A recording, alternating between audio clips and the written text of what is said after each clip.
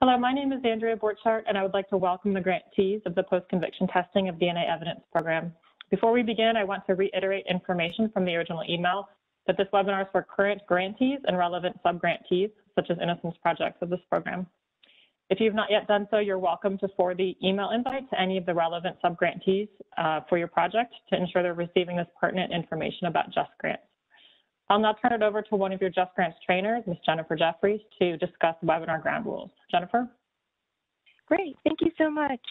So for this webinar, we are using WebEx features. We do ask that you provide any questions that you have and add them to the Q&A chat box located on the right-hand side of your screen. If you do have specific technical issues with the webinar, whether that's audio, we do ask that you use the chat to notify the host of any issues that you're having. Video is currently disabled for all participants, and attendees are muted to limit any background noise for this session. Next screen. As I mentioned, if you need technical assistance, please utilize the chat to alert the host of your technical issues with WebEx. If you cannot hear, click the arrow next to the mute or unmute icon to change the audio on your speakers. If you still cannot hear, please phone in using the meeting invitation details. Next slide. If you are submitting any questions that you may have during the session, we ask that you use the WebEx Q&A functionality. Please address these questions to all panelists. As I mentioned earlier, if you need technical assistance, please let us know via chat in the WebEx. And there are a few icons on the screen to show you where that is located. Great. I'll turn it back over to Andrea to walk us through a few BJA-specific notes. Thank you, Jennifer. Before we get into the meat of our training today, I need to provide you guys with the DOJ disclaimer, essentially stating that any opinions stated today are those of the presenter and not necessarily those of DOJ. Next slide, please. This is the brief agenda. The bulk of today's session will be focused on the JustGrants training for you, but we'll provide about 5 or 10 minutes of background information, including a welcome, what is BJA, introduction to the staff working with your funds, a little bit about the program, and then again, we're going to get into the bulk of what Jennifer will teach you for JustGrants. Next slide, please. And this is a big warm welcome to all of you. We're new at BJA and administering this program, and we're very excited to have you here for this training. We wanted to let you guys know who we are and make sure that you know you can contact us if you need any help with any portions of your project. Next slide, please. As you all likely know, the SPRINT program and other forensic capacity programs are recently transferred from the National Institute of Justice to the Bureau of Justice Assistance. Since I think it's helpful to orient oneself to the menagerie of government acronyms and agencies, this is an org chart of the Office of Justice Programs, or also known as OJP. OJP is one component of the Department of Justice, and our mission is to increase public safety and improve the fair administration of justice in America. Within OJP, there are 6 main offices. BJA, which I've highlighted with a blue little arrow, so you can find us in the org chart of OJP. We also have Bureau of Justice Statistics, the National Institute of Justice, the Office of Juvenile Justice and Delinquency Prevention, Office of for Victims of Crime, and the Office of Sex Offender Sentencing, Monitoring, Apprehending, Registering, and Tracking, also known as the SMART Office. Next slide, please. Specifically at BJA, we strive to help make American communities safer by strengthening the nation's criminal justice system. With the transfer of the forensic capacity grants to BJA, we now have a forensics unit staffed with subject matter experts like myself. Next slide, please. When an award is made within BJA, the administration of funds and monitoring of performance is managed by 3 main units: the Programs Office, the Policy Office, and the Performance Metrics team. Kathy Manning, the top right in red, is in the Programs Office, where she works to administer your funds and ensure compliance with applicable law. You're all likely familiar with her through interactions in JustGrants. One very important thing I do want to mention about the Programs Office is if you have a submission of a GAM or any change in your project scope, it's important to note that while Kathy is super awesome, she's not the be-all and end-all layer of approval for changes to modifications of your project. So please remember when you submit any change requests that you will need to build in some lead time because there are multiple layers of approval for these changes. Vanessa Castellanos and Andrea Borchardt, myself, we're on the left and top to bottom. We're in the policy office where we are forensic subject matter experts helping to advise Kathy when she has a question about the solicitation, anything about forensics or post-conviction specific issues. Michael Adams, you can see him on the right, oversees the performance metrics and helps to ensure we have proper and measurable data with which to evaluate the effectiveness of the program. Next slide, please. And here's our contact information, so you can reach out to us. I know you likely have Kathy's information, but if you want to take a picture right now of this screen so you can capture our phone numbers and email addresses, you can reach out to myself, Vanessa, Michael, and Kathy at any point to help with your project, any questions you have. We're here to give you support and help make sure your project is a success. And we'll just pause here for a couple more seconds so you guys can get your phones out and take pictures as you need.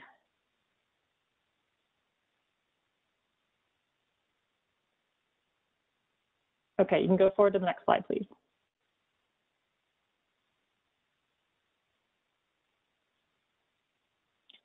All right, so about this program, the post-conviction testing of DNA evidence, this is in response to the Justice for All Act of FY 2005, which was also reauthorized in FY17, and directs the Attorney General to establish the Kirk-Bloodsworth post-conviction DNA testing grant program to award grants to states and help defray the costs of post-conviction DNA testing.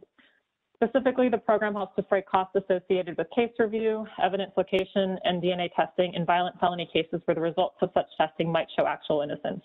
So pretty much the steps that lead up to the DNA testing are able to be funded under this program, as well as the DNA testing, of course. Next slide, please. For those of you who don't know, the Justice for All reauthorization of 2016 actually occurred in FY17. That's not a little bit confusing. It is actually set to expire in 2021. This is what we base our solicitation off of. So I do want to bring your attention to this in a section that I heard is perhaps unpopular with some folks, which is the state legal officer signing off about the evidence preservation laws. When we write our solicitations, again, we have to follow the legislation that authorizes them. So this is where that language comes from within the program. So if you have questions about how we are enforcing that, a lot of times it can be helpful to go back to the original legislation that authorized it, which is, again, the Justice for All reauthorization of 2016.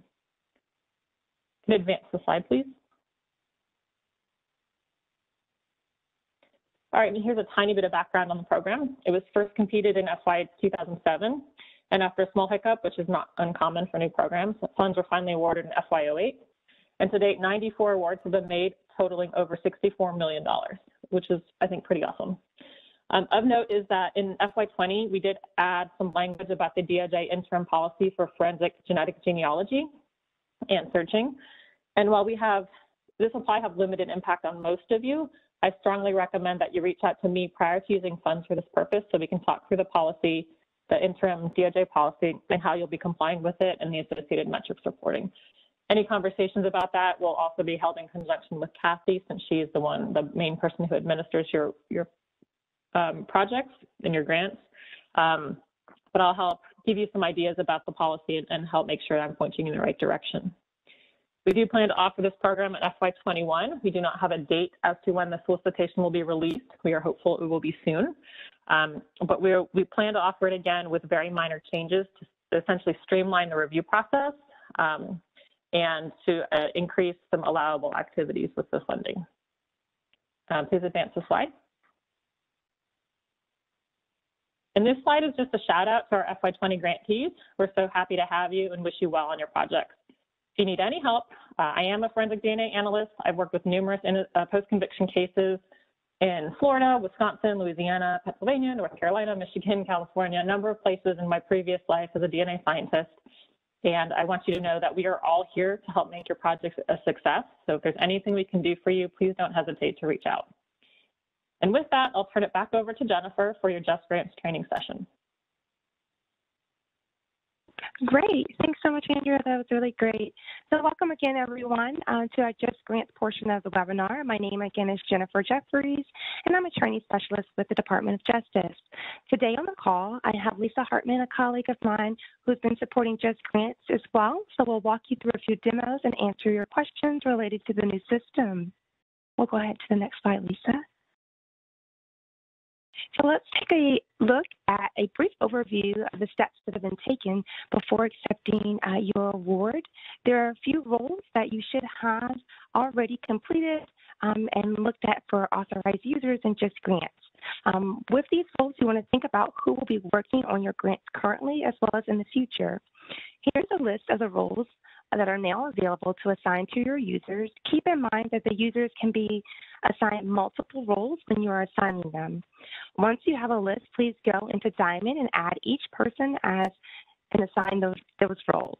Once you've added them, please let them know to be on the lookout for an invitation from Diamond to go ahead and complete their registration process. Again, you may have already been through some of this process here, but we want to just orient you with a few of the roles that are in the new system. Go to the next slide, Lisa. So now let's review the roles that are important with the award acceptance process. The authorized representative is the only role that is able to accept or decline an award. It must be the person in your organization with the authority to enter into a legal agreement on behalf of the entity and bind it to the award terms and conditions. The authorized representative is assigned in the application submission process. However, the entity administrator should verify the correct authorized representative to the award package in order to accept or decline the award. If the authorized representative has changed since the application was submitted, the entity administrator will need to take steps to reassign the correct authorized representative to the award prior to accepting or declining.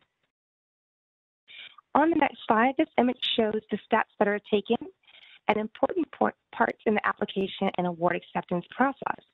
The entity administrator and application submitter roles were created through grants.gov for the first time. The entity administrator needs to create and confirm, again, the authorized rep, so that the authorized rep can be included in the JustGrants application submission. If an application results in funding approval, the entity administrator needs to invite and register the financial manager and grant award administrator that will be responsible for the funded award. The authorized representative will then accept the award. Once the award is accepted, the entity administrator will need to add, again, those roles that are key to navigate through the system. So now we'll take a few moments that we've seen key activities and look at the award acceptance process in JustGrants. Lisa? Hi, thanks, Jennifer. So let's take a quick demo and look at the award acceptance process. Again, the person in your organization who's going to accept the award is going to be the authorized representative. So if you have not logged into JustGrants previously, we'll just orient you a little bit on this, on the home page here. On the upper left, you see a menu with various different options. You will always arrive when you log in on the home screen. And the home screen has this very important My Work list here in the center. It's important to understand that whenever you open a task like a GAM or a performance report, excuse me, from the work list, it will automatically open in edit mode. So we've had a lot of problems. There are a lot of questions about, how do I edit my grant? How do I edit my award? This is the way. The best way, open it from the home page, and then it will open directly. There's an option also to, a little farther down the menu, to open a list of awards that are available to your entire organization. You can open your award there, but if you do that, you're going to have to look for a begin button on a programmatic task. Until you hit that begin button, your award is going to be in a view-only mode. You won't be able to edit it. So that having been said, I just wanted to get that out of the way because we get so many questions about that. So I'm going to go ahead and start off this little demo. And what we're going to do here is use from the home page. Again, we're going to look for actually a grant package. And if you look under the case type, there are all different sorts of case types. This one is going to be the accept or decline award. And now these are awards as the authorized representative that I'm able to take a look at and either accept or decline. So once you find the award you want to work with, you're going to click the blue link on the left, and it will open up the award package or the grant package. So there are a number of things that as the authorized representative you have to review and confirm and accept. So each of these separate sections, and the first one is the introduction letter. You'll see the text of the letter. And if you notice the little checkbox down here, you have to check that box saying you've read and you understand the information. So you've accepted that section. Next, we have the award information section. And this just provides information about the award and the number, the amount, and the like. The next section is project information. And again, here you have solicitation title. You see how it's linked to the application. The next section is financial information. You'll see your budget in here with a total cost breakdown at the bottom. And again, that is separately accepted. The next section, we have award conditions. And if there is a NEPA letter, you might see the content of that in here. But each of these award conditions needs to be read and understood.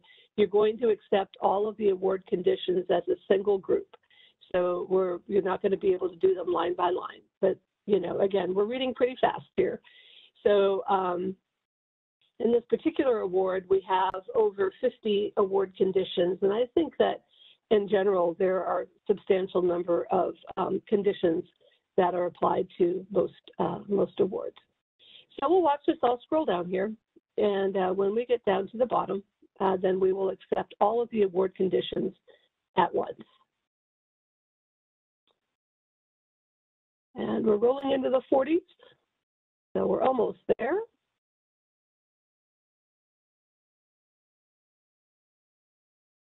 All right, continuing down. I'd like to notice that just above the checkbox, there's a load more link, which will load additional award conditions. And again, those all have to be agreed to as well. So now you've agreed to all of the award conditions, and we're at the electronic signature page. You're going to see here, when you certify, it's going to populate the title, the name, and the timestamp, date and timestamp of the person authorizing this. And this does have to be the person, it should be the person who is authorized to enter into a legal agreement and bind your organization to these award conditions. So you can see here, it's fairly straightforward. We do this all by electronic signature now. So selecting that certified button here will apply your electronic signature. There's no longer a need to print and fax or scan or email a copy of this. At the bottom, you have the option to decline or accept, and you also have the option to cancel. But if you decline, you're going to be asked to provide a justification for declining the award. And if there's associated documentation, you can select that file and upload it at the time. But we're going to accept this award. So there we are. Go ahead and click the accept button. And once we have accepted the award, then it is an active funded award. You see it's pending account creation here. At this point, the entity administrator will need to assign the grant award administrator and the financial manager to this award in order for actions to be taken place.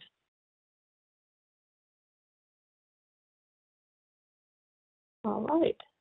Jennifer, I'll turn this back over to you to see if there are any questions about the process so far. Great. Thanks, Lisa, for doing a demo on award acceptance. We do have a question in the audience. What's the easiest way to share the award agreement and condition with others in our organization? That is a good question. So the award conditions all come from the solicitation, which is actually accessible in that screen as well. So you can see that. And then the other option, I know that right now with JustGrants, we have, there are some processes that we're able to print and some that they're still working on printing. And I have to say right off the top of my head, I am not sure that you can print the the grant award package prior to accepting. But the award conditions are all included in your solicitation, and they should also be available in your application. And both of those documents are actually linked. And I'm going to go, maybe I can go back and show you where that is.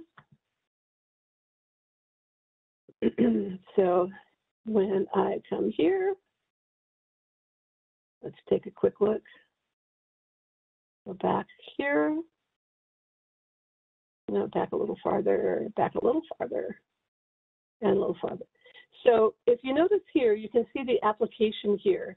That's a link, and you should be able to see the award conditions in the application. And I believe that you can see the solicitation information as well, but the application can be printed from here. Okay, great. Thank you. That's the only question that we have so far for application, award acceptance. So we can go ahead to the next section and see if there are any more questions related to our next section, which is GAMs. Alrighty, so grant award modifications, also known as GAMs. A GAM is created to update the award details, but it is used only to modify a key fact or detail about the award. There are 3 types of GAMs, and on this screen, you'll see that there are the 3 specific types that are available: project period extension GAM, programmatic GAMs, as well as financial GAMs. And you can see the individuals that can initiate the GAM. A project period extension GAM is used to extend the project period of your grant. A programmatic GAM is used to update changes in the project scope or to gain prior approval for changes with programmatic costs and activities as determined by the DOJ Financial Guide. Financial GAMs are used to modify budget details or approve a budget that received a conditional clearance when awarded. As you see here, that there are 3 types of financial GAMs. There's a budget modification GAM, sole source GAM, and budget reduction GAM. If you notice at the bottom, there's a budget clearance GAM. However, that's only initiated by internal DOJ financial staff or OCFO. Users can enter information into a GAM, they can save it, and they can return later to complete it for submission. Once a GAM is submitted, DOJ reviews it and sends you a notification whether it's been approved or denied. We'll go over the next slide here to look at a few highlights. The purpose, again, of a GAM is to update award details. They're used to modify, again, those key details of the award, and they're not limited to changes to award details that are with compliance as far as requirements or deliverables. And you can delete a GAM before submitting it. Here are a few items that are no longer considered GAMs. Before, an entity would use a GAN to change the grant award administrator or authorized representative. Now the entities will manage their own users and entity information in Diamond. Also, entities have to process a GAN to release a hold on funds. Now that happens in a different area of JustGrants without the need of a GAN. Let's see if we have a demonstration where we can walk through the process of submitting GAMs in JustGrants. Lisa? Thanks again, Jen. So we'll take a look at how to initiate a GAM. And again, I want to emphasize that if you log into your award and you have not logged in to using a to the active award, in other words, if you have not logged in from your homepage, or you have not clicked the begin button when you log into the award from the awards menu, then you're not going to be able to take any action here. Also, I should remind you that only the grant award administrator assigned to the award is going to be able to take any action in GAMs. An alternate grant award administrator can also initiate a GAM but cannot submit. If you look in the header of this award, you'll see listed on the left below the solicitation title, second to the bottom, the grant award administrator. That is the only person in your organization able to initiate and submit a GAM for this particular award. So I'm going to go ahead and set this off. And so the grant award modification is found within the funded award, and you can see that there's a grant award modification header here. And this is where all GAMs are initiated and where they're tracked. So you can see GAMs that are in progress. You can see historical GAMs at the bottom of this screen. But when you select a GAM, you can select the type. So the first one we're going to select is the financial type of GAM. And you can see it will give you a subtype menu option. You can choose the financial subtype. If you select a programmatic GAM, you can see that you have the programmatic costs or scope change options. And finally, if you select the project period extension GAM, there is no subtype. It will typically just open up the fields for you to process the project period extension GAM. It should be noted that a project period extension GAM can only be created by your grant manager within 30 days of the project period end date. Prior to that, you can create your own project period extension GAM. One more cautionary comment about GAMs is that if you have a project period extension GAM in progress, you won't be able to open a second one. This is true of any type of GAM. If you have a budget modification GAM in progress, you won't be able to start another one. The first one will have to be resolved first. So now I'd like to take a look at the next demo, which is how to complete a particular type of GAM. So we do have training materials, step-by-step instructions with screenshots, and we also have videos on how to initiate and submit every type of GAM we have. But for the interest of time, today we're just going to look at a budget modification GAM, just to kind of get a feel for how the topic works. So again, here I am in my grant award modification. I'm going to do a budget modification GAM, which is a financial type. So I selected financial. Then I'll select the subtype, budget modification. And once I have that selected, I can click that blue button that says Create New GAM. Notice underneath the in-progress GAMs, and there are also completed GAMs below that. So you're able to track all of that. So the budget modification GAM allows you to revise your budget figures. And what you want to do is type the budget figure you want to be following the revision in the right-hand column. And you'll notice as you do that JustGrants is going to calculate the requested change for you. So pretty straightforward. Now there you are. It's going to calculate all of these totals for you. And anything in a box that you see surrounded by a box is editable. You can make those edits. Notice in the center of the screen, there's a little line that says for guidance, see the DOJ Financial Guide, Chapter 3.11 on indirect costs. And that link will take you directly to that section of the guide in case you need additional information.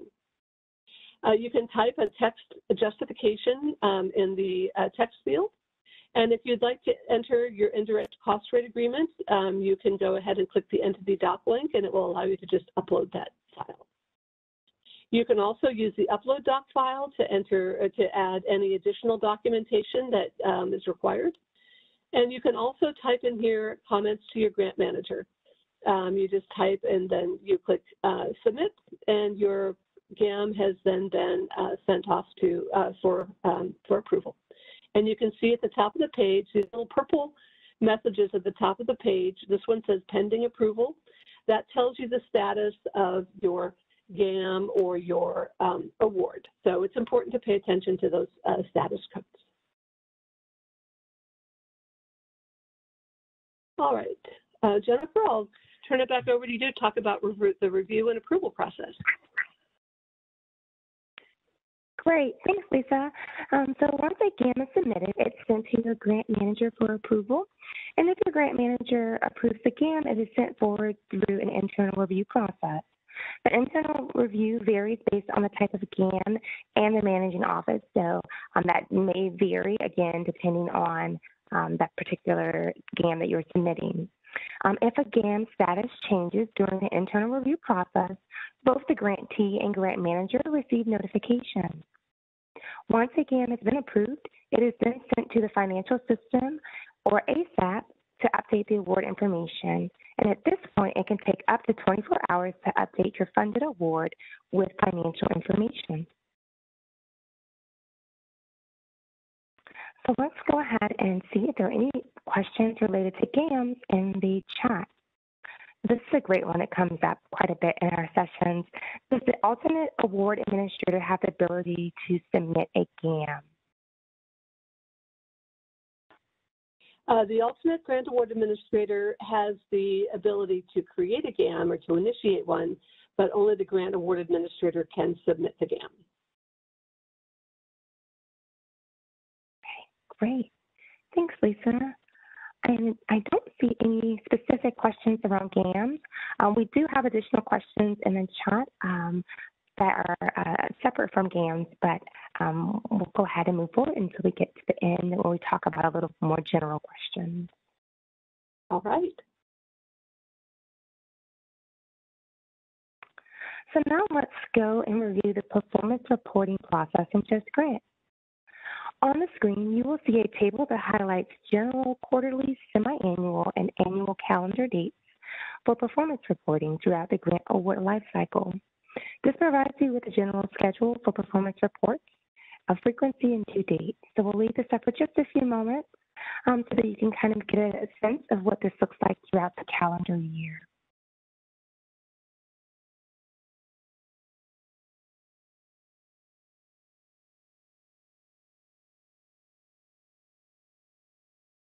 Alrighty, and hopefully you were able to get a screenshot of that, and we'll go ahead and look at a demonstration of submitting performance reports in the system. Lisa?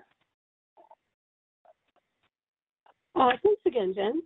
So we'll take a look now at performance reports, and I know that this is this section generates a lot of questions and comments.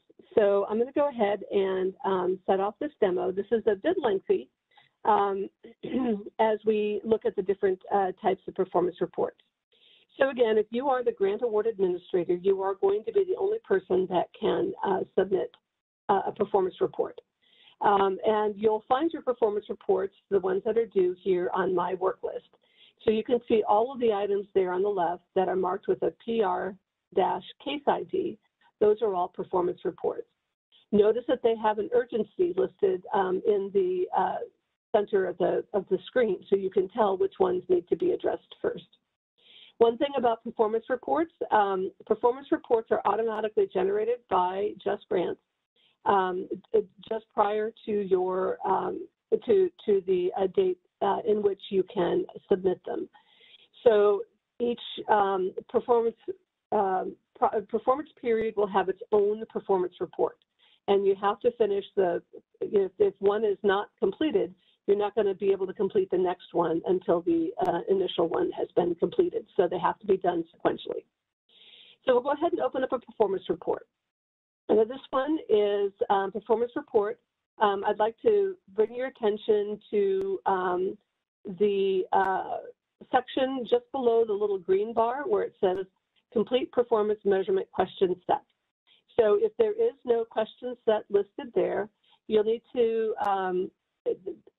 one of two things is going to happen. You should contact your grant manager if you have a question. But the question set, if it is not displayed, if you have typically provided a performance report from an external system, then you'll need to upload that. If you've typically provided your, if you're going to be providing your performance report through JustGrants question sets and you don't see one there, then that is an issue for support. So we see that this performance report defaults to a regular performance report, and that's based on the end date for this performance reporting period. If you were going to close out early, you could click the final option, just like I showed you there. As we move down, and again, the question set, when it says there are no cases there, then if you are not going to be submitting your performance report from an external system, you will need to contact our technical support team or your grant manager in order to get that question set resolved. You can enter comments about your performance report. here, and it's pretty straightforward text field.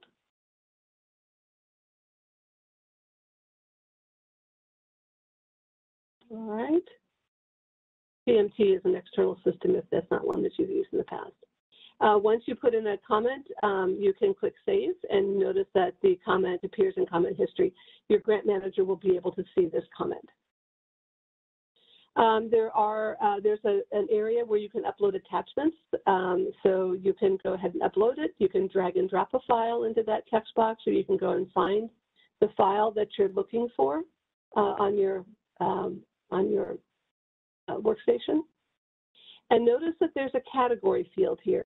You can change the name on the file to read performance report or progress report for whatever the reporting period is.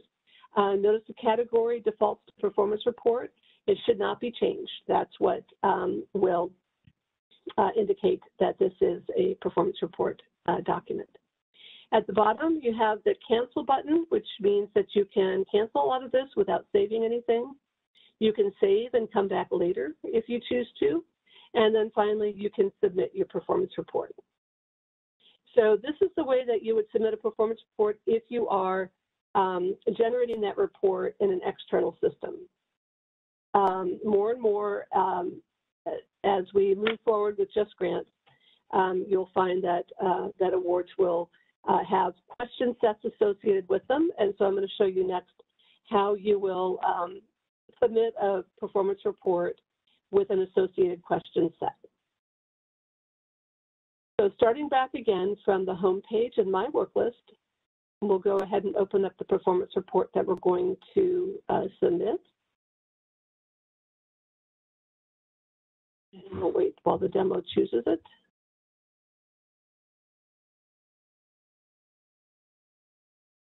All right, this is moving a little slow here. Let's see if we can get it to move forward a bit.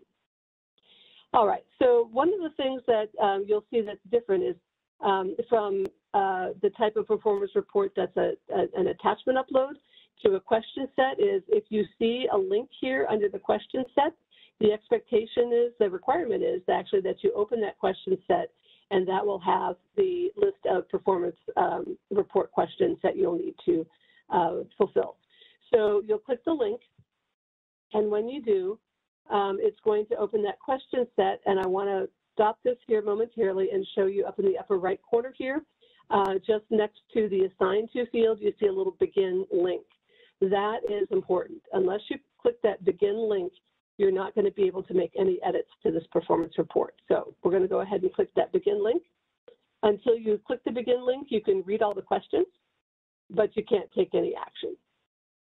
Once you click the Begin link, however, all of these questions are now active. And bearing in mind that the performance report questions are going to be dependent on the information in your solicitation, we're just going to kind of show you sort of an example of what a performance report looks like. So you'll have radio buttons, these little circular buttons that allow you to check one or the other option. You can't check both.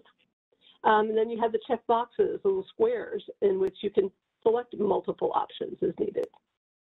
Down at the bottom right, you see the Continue button that moves you to the next section, or at the top in the header, you see the sections listed there. You can click those links as well. In some places, you're going to be able to enter something in the performance report, and that will generate a follow-up question. And you just continue entering information until you've completed all of the follow-up questions within that section. So we'll move to page 3 of this performance report. Notice that the link has changed, and now the page 3 is dark. We've got drop-down menus in this particular section. And you'll notice also that you may find some questions with red asterisks at the end. You can see them at the end of the text of the question that indicates that that is a required field. If you miss one and you get to the end to try to submit your performance report, it will you'll get an error message that says that there are required fields that were not completed. So again, now we're on the 4th page, and again, we have additional questions here, and then that can be entered. So we're going to go ahead and do that.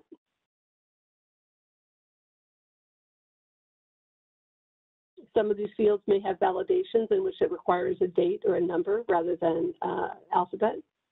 And then finally, at the end, we have 7 narrative questions. And again, these are all required. You can tell by the little asterisk at the end of the question text.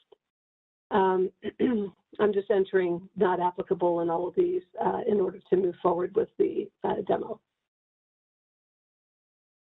And at the bottom, we have some yes and no questions, and then more additional text questions. Now, you can type directly into the field if you like, or you can copy and paste, however you like. So notice in the bottom right, the little button there says finish. It is not saying submit. This is an important distinction. When you click the finish button, that indicates that you've finished answering the questions, but that does not mean you have submitted your report. So we have had some questions about that. So once you finish, you want to go up to the, you can see here that you have all of the questions and answers here, and you can go to the actions menu and print that. If you close the actions menu, you're back here in the performance report area. And notice that once you use the actions button and refresh, you have the option down here next to the question set to reopen if you need to. So you can reopen before you submit, reopen and make any changes that you need. Again, just as before, you can enter comments, upload documents, but once you click submit, then the performance report has gone off and the status has changed now to pending review. So those are the sort of 2 different ways to submit performance reports. The question sets, I believe, are the, moving forward are going to be our primary offer. Jennifer, I'll turn this to you to talk a little bit about the approval process. Great. Thanks, Lisa, for sharing that demo with us. Once the performance report has been submitted, it will be routed to a grant manager, and the grant manager or reviewer has the option to review the performance report. Currently, there is no way to change or request a performance report in JustGrants, so your grant manager will communicate with you by email if additional information is requested. The grant manager will upload any additional information provided by the grant award administrator as needed. Once all additional information has been provided, the grant manager or reviewer will approve the performance report. Once the grant manager approves the performance report, it will continue through the DOJ internal review and approval process. Currently, the Deliverables section is included in the Performance Report tab, but because it allows you to view all deliverables associated with award conditions, but it also allows you to view all deliverables associated with award conditions, monitoring issues, GAMs, and other features. Deliverables are classified according to the category type selected for the file when uploading. Let's look here at how to upload documents in the system. To upload a document to JustGrants, you're going to navigate to the Performance Management tab if it's a performance report. In the funded award, we'll use the Add Attachment button in the Deliverables section to begin. Enter a drag and drop, or you can select a file from a previous location to add. Once the attachment has been located, select the Open button. Then you're going to go ahead and select the deliverable category and enter a comment indicating the nature of the deliverable. If it applies to a performance report or it's in response to a monitoring issue, be sure to provide information indicating to which issue or performance report the deliverable is associated with. Award compliance deliverables have a separate category, and the comment should reflect the condition to which it is associated. Once the deliverable has been uploaded, it appears in the deliverable section with a link to open the document. All users with access to the funded award are able to view the deliverables. This applies to users within your organization as well as your grant manager and other DOJ personnel that are part of the review and approval process. Now let's go to the chat to see if there are any questions. And I did see one question come in specifically for performance and progress reports. We have a few folks that have been trying to submit their performance report, and it has now become delinquent because of some challenges with the system. Could you speak a little bit about delinquent reports and if funds will be frozen due to the delinquency? So yes, I can. Yeah, this is a question and concern for I know a lot of people right now. We have had some issues with the performance reporting with the new system. I think that's not uncommon, but don't worry. If your report is delinquent at this point, there will be no funds frozen. There's not going to be any financial repercussions for you currently. Continue to try to submit the report. I know our development team is working every day to make this easier for you and to address these issues, particularly around performance reporting and financial reporting as well. So continue to try to submit these reports. And please contact our technical support team if you can't submit the report, because we need to be able to have these issues recorded so that we know the extent of the problem, and and they have more information that they can use to develop fixes for this. But I think the bottom line to that is there is no financial repercussion to a delinquent report at this time. Were there other questions, Jen? I'm sorry, I was on mute. Yes, we do have another question. What is the expectation for performance reporting if you are still trying to accept an award? That's a good question. If you have not yet accepted the award, you're not going to have access to a performance report. So I think from a JustGrants standpoint, you're not going to be able to process that. I would ask your program manager that question to see if there's anything programmatically that is expected. So maybe I could ask Andrea or perhaps Catherine to address that. And you may have to take yourself off of mute if you'd like to speak to the audience.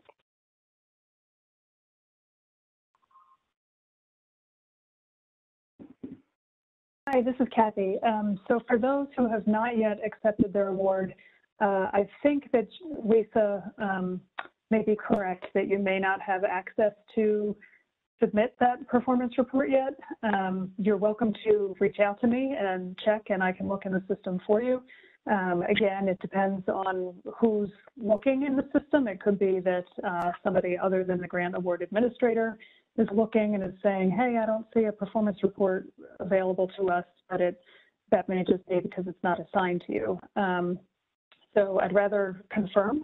You're welcome to reach out to me and we can look in the system and see whether or not the system has one ready for you. If you have accepted the award, but your funds are still on hold due to withholding special condition or something, you are still required to submit the performance report. We fully understand that your answers are going to be, we haven't had any activity yet because we don't have access to our funds yet. That makes sense. We're not concerned by that answer, but the requirement still holds that you would need to submit the performance report. So if you have questions as to whether or not something is due, please feel free to reach out and I can check for you. Okay, great. Thanks so much. We do have a little bit more of a general question that was submitted earlier today in the presentation that I'd like to just take a few moments to share with the group because we don't have any additional performance report questions. As a grant award administrator, how do I change our DUNS number and tax ID number, which are incorrect for our award? Would anyone from the program office be able to speak to that, or Lisa, would you like to maybe address this question? I can address the question from a technical standpoint. Updating the DUNS number will need to be something you'll need to coordinate with our technical support team. So the entity account that you have is linked to the DUNS number directly. So any changes that need to be made will need to be done with our technical support team backing you up. Great. Thanks so much, Lisa. We do have another question here about role assignments. Can more than one person be assigned as a grant award administrator? And I'll go ahead and add the user role matrix in the chat, but I wanted for us to speak to this as a group, kind of speak a little bit more about role assignments. Lisa, could you share a little bit? Absolutely. So, so that's a very good question. So your organization can have as many people assigned the role grant award administrator as you feel like you need, either now or potentially in the future. In fact, we encourage organizations to assign appropriate roles to, multiple people. So yes, your organization can have a number of different people assign that role. However, for a particular award, you can only have one grant award administrator assigned to that particular award. So that is a limitation. There's also an alternate grant award administrator, and there's been some confusion, and there's just been some confusion about the limitations of that particular role. So the alternate grant award administrator, it turns out, can only initiate a GAM. They are not able to affect or edit performance reports, and they're not able to submit GAMs. They're just not able to do much right now other than initiate a GAM. So the alternate grant award administrator role is something I know that is in discussion with our development office as to what that role will ultimately, become. But for right now, that is the limitation. So if that role in the future is able to to manage performance reports, then you can have a grant manager and an alternate grant manager, a grant award administrator assigned to an award, and in future that may be possible. But for now, just the one grant award administrator can do the performance reports. Now, if you have two people that actually make entries within the performance report, you can have one person be assigned the role grant award administrator, assigned to that award, fill out their portion of it. Then you'll need to get the entity administrator involved, and they can reassign that award to a different grant award administrator who can then complete the performance report and submit it. So that option is always available to you. Although it does require 3 people to be involved in that, you can assign and reassign that role, as often as you need to in order for your process to work. Great. Thanks, Lisa. That's very helpful. We did have another question come in just about being able to see different things in the system, and roles always tend to come up here on our webinars. It looks like this individual can see FFRs and progress reports, but they can't see GAMs. Can you speak a little bit about what their role may be and why there may be limitations in what they can see in the system? Sure. If you can see FFRs and progress reports, then the likelihood is that you are a grant award administrator and a financial manager, and that's not a problem. Anybody in your organization can be assigned to, all or some or one of the roles. So if you are going to be, for instance, the financial manager on one award and the grant award administrator on another, or if you fulfill both of those roles for a single award, you can be assigned to both of those roles. So the reason you might not be able to see a GAM is perhaps you're not assigned as the grant award administrator to the award for which that GAM belongs, So that's one thing. There are maybe a number of different reasons why you're not able to see a GAM, but the first one that I would think of having to do with roles is perhaps you have that role as grant award administrator, but not on that particular award. That would be one thing to look for. So that's why you can see both performance reports and financial reports, because it's entirely possible that you have both of those roles assigned to you. Okay, great. Thank you all for submitting those questions. They're really helpful for us to kind of hear what you're still having questions and concerns about. We would like to share a few resources with you just before we wrap up our session today. So we can go ahead to the next screen, Lisa, if that's okay. So where to find help? We've created a wealth of resources that help you continue to navigate through JustGrants. We certainly want to share with you the self-service support website. This is really the one-stop shop where you can view step-by-step guides, e-learning tutorials, FAQ help documents, and get news and resource updates. I highly recommend that you bookmark this page. This particular page walks you through all of the grant lifecycle phases. So today we didn't necessarily cover all of the lifecycle phases. For instance, if you were interested in figuring out how to close out your grant, how to submit financial reporting and reports, you can certainly go to this link here and see any of that information available to you at your leisure when you're ready to complete those steps in your grant award lifecycle. So this is a really great page to kind of explore further once you are ready to explore those materials. We'll go to the next slide. We do have our user support team, so if you do need just those technical questions, if you're having challenges with the system, not able to see certain functionality, we certainly encourage you to reach out to justgrants.support@usdoj.gov. That's the email address, or you can call 833-872-5175. And they have hours Monday through Friday from 5 a.m. to 9 p.m. Eastern Standard Time.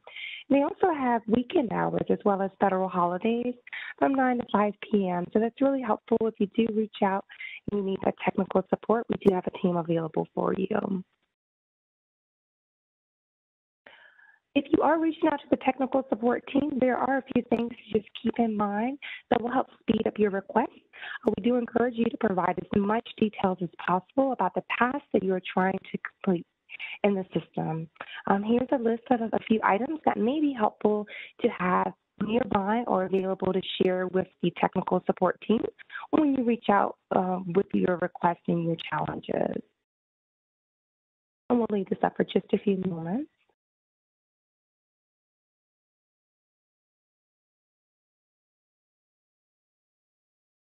We'll go ahead to the next screen. As I mentioned earlier, we do have news and resources, so I did place in the chat the URL link to our specific JustGrants page, as well as our training resources that are available. If you would like to reach out to our training support team, you can email us at justgrants.trainingsupport@usdoj.gov, and we can provide you with additional support for your training needs and regarding to JustGrants. I wanted to just reiterate, there was a question about the individuals that are supporting BJA-specific grants. So I wanted to just mention those names again, that we have those available. Or Andrea, if you would like to mention those names and roles, we did have that question in the chat just before we wrap up. Hello, this is Andrea. Can you hear me okay? We can hear you, yes. Yes, the names that are supporting the day-to-day grant management activities are primarily Kathy Manning, she's a state policy advisor, myself, Andrea Borchardt, a senior forensics policy advisor, Michael Adams, a research associate, and Vanessa Castellanos, an associate.